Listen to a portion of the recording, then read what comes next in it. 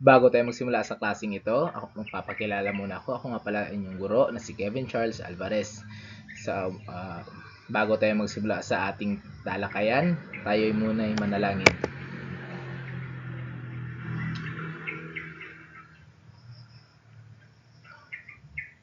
Amen. Magandang umaga mga bata.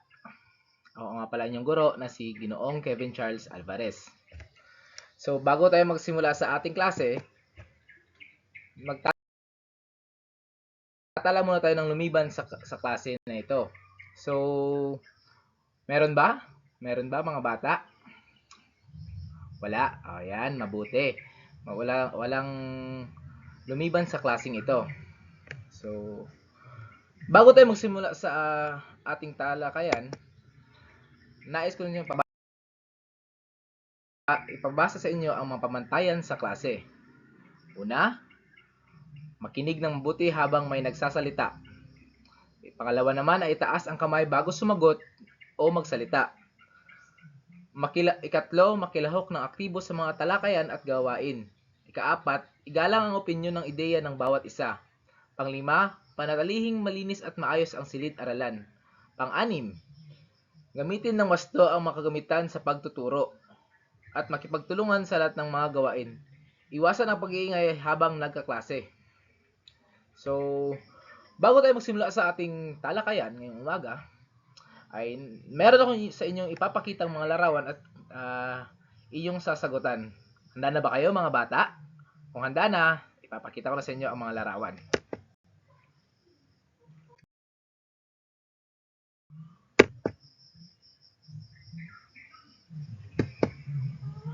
Ang ating tema pala ng ating paghahanap ng larawan ay hanap produkto. Ito, hahanapin nyo ang produkto ng bawat larawan. Panuto, suriing mabuti ang ipinapakita sa bawat larawan. Ito ang unang larawan. Ano ito? Pangalawang larawan. At ang pangatlo. Ngayong umagang ito, tingnan nyo ng mabuti kung ano ang nakikita nyo sa mga larawang ito. Okay? Okay na ba? Tapos na? Ito ang may makaragdagang katanungan para sa inyo mga bata.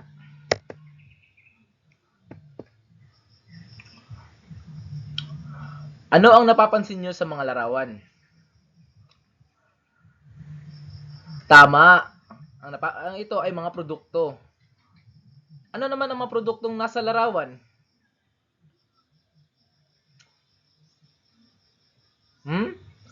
Magaling. Tama ka. Tama. Malaga ba ang ito sa ating pang-araw-araw na buhay at bakit?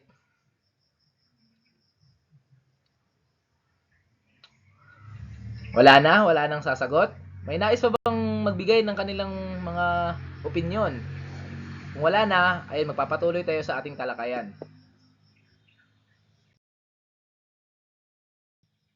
Ang ating paksa nga pala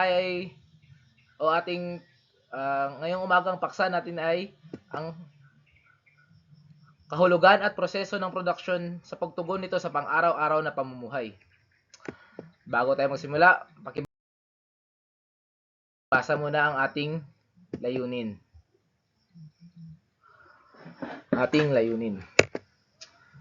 Maipapaliwanag ang kahulugan ng produksyon at proseso nito. Matutukoy ang kalagahan ng produksyon sa pagtugon sa pang-araw-araw na pangangailangan ng tao.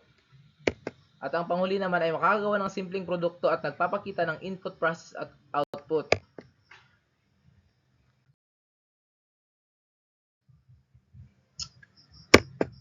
Ano nga ba ang kahulugan at proseso ng produksyon at pagtugon nito sa pang-araw-araw na pamuhay? Meron ba kayong mga ideya mga bata? Meron? Magaling. So ang produksyon, ito ay ang proseso o paglikha ng mga produkto o serbisyo upang matugunan ang pangangailangan at kagustuhan ng tao. Ito ay mahalagang bahagi ng ekonomiya dahil ito ay nagmula ang mga bagay na ginagamit natin sa pang-araw-araw. Nakakatulong sa atin ang produksyon dahil bilang mga tao, kailangan natin ng sa pang-araw-araw natin, gaya ng mga damit, pagkain, at mga manggagawa na gumagawa ng mga produkto. Iyan ang malaking kahalagahan ng production sa ating pang-araw-araw na pamumuhay.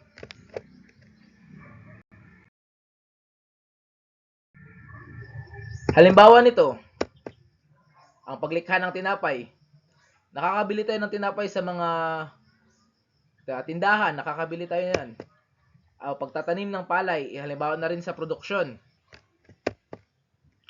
Paggawa ng damit, kailangan natin ito sa ating pang-araw-araw na pamuhay dahil kung wala tayong damit, tayo ay giginawin. Serbisyo ng guro at doktor. Dito naman ay ang serbisyo ng guro at doktor ay kailangan natin dahil sa pang-araw-araw natin na pamumuhay.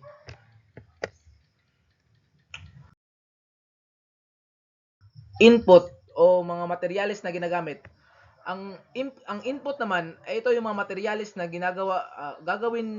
materyales na gagamitin sa paggawa ng produkto. Sa process naman, ito ang paraan ng paggawa ng produkto. Kung anong proseso ng produktong ginawa galing sa input papuntang process. Ang output naman is ito yung nabuong produkto o yung tapos na produkto na nagawa galing sa input papuntang process at patungo naman sa output.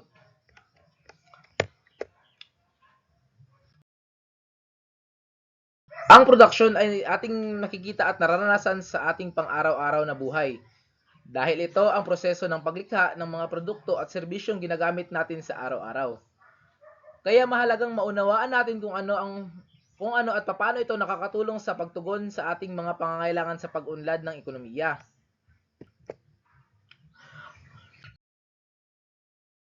So sa araw na ito ay gagawa kayo ng poster making sa araw na ito.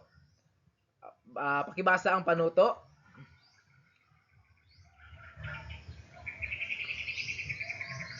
Magaling! Sa paggawa ng poster ay tiyakin na malinaw ang ipinapakita ng konsepto ng produksyon. Halimbawa nito ang paggawa ng produkto, proseso ng paggawa o salik ng produksyon. May maikling mensahe o slogan na ipapakita ng kahalagahan ng produksyon sa ekonomiya sa pamumuhay. Malinis at maayos ang inyong napapakita ang inyong gawa. So, ito ang ating rubric sa paggawa ng poster. Ayan, nakikita nyo ba? Ayan. Tingnan nyo ng mabuti mga bata.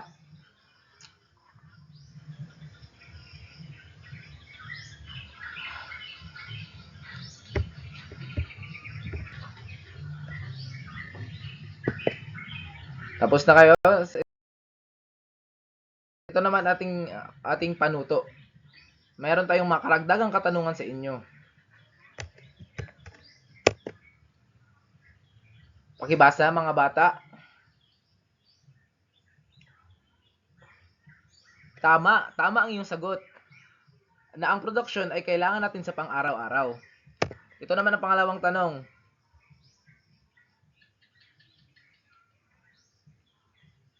Tama. Kailangan natin ng damit at mga pagkain sa pang-araw-araw. Magaling.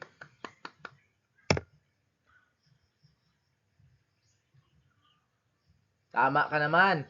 Ang layunin ng production ay upang makatulong ito sa ating pang-araw-araw na pamumuhay.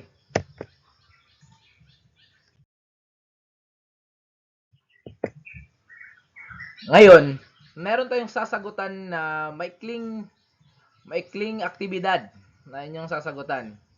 Ito, pakibasa ng panuto mga bata. Handa na ba kayo mga bata na sumagot sa ating aktibidad ngayong umagang ito? Kung handa na, ito ang unang aktibidad.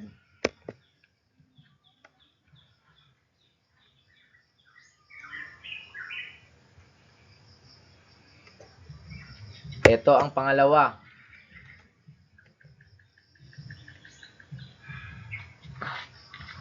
Ito naman ang pangatlo.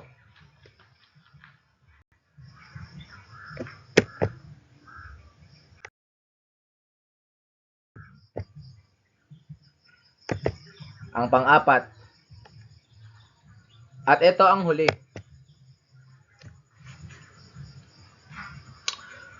Tapos na ba kayo mga bata?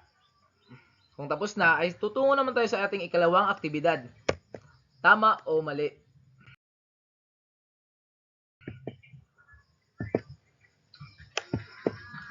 Panuto. Basahin at unawain ang katanungan, isulat ang salitang tama kung tama ang isanasaad sa pangungusap at mali naman kapag ito ay mali. Isulat ito sa inyong sagutang papel. So, handa na ba kayo mga bata?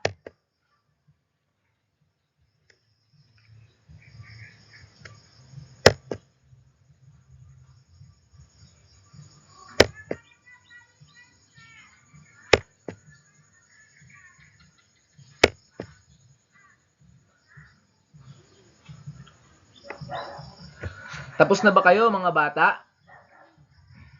Kung tapos na, ay tutungo tayo sa ating ikatlong aktibidad.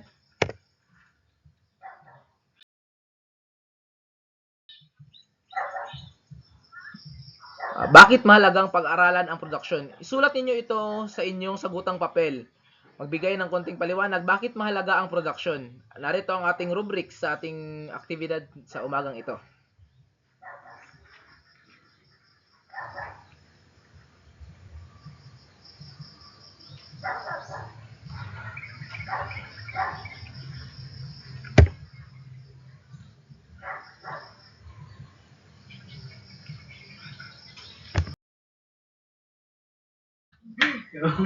Tapos na ba kayo sa inyong aktibidad mga bata?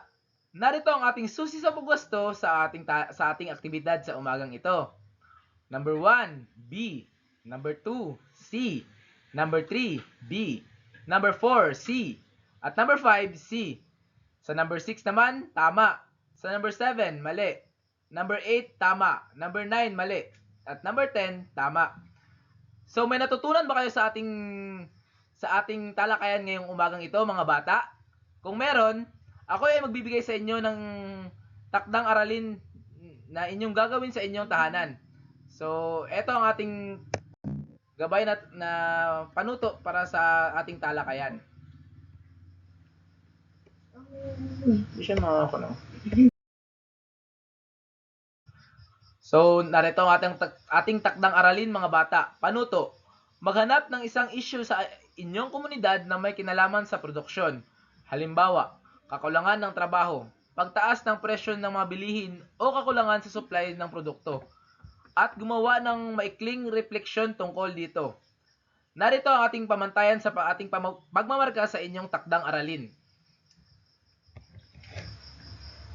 Nakikita nyo ba mga bata? Mga galing. Kung wala na, dito na nagtatapos ang ating talakayan sa umagang ito. Paalam at maraming salamat.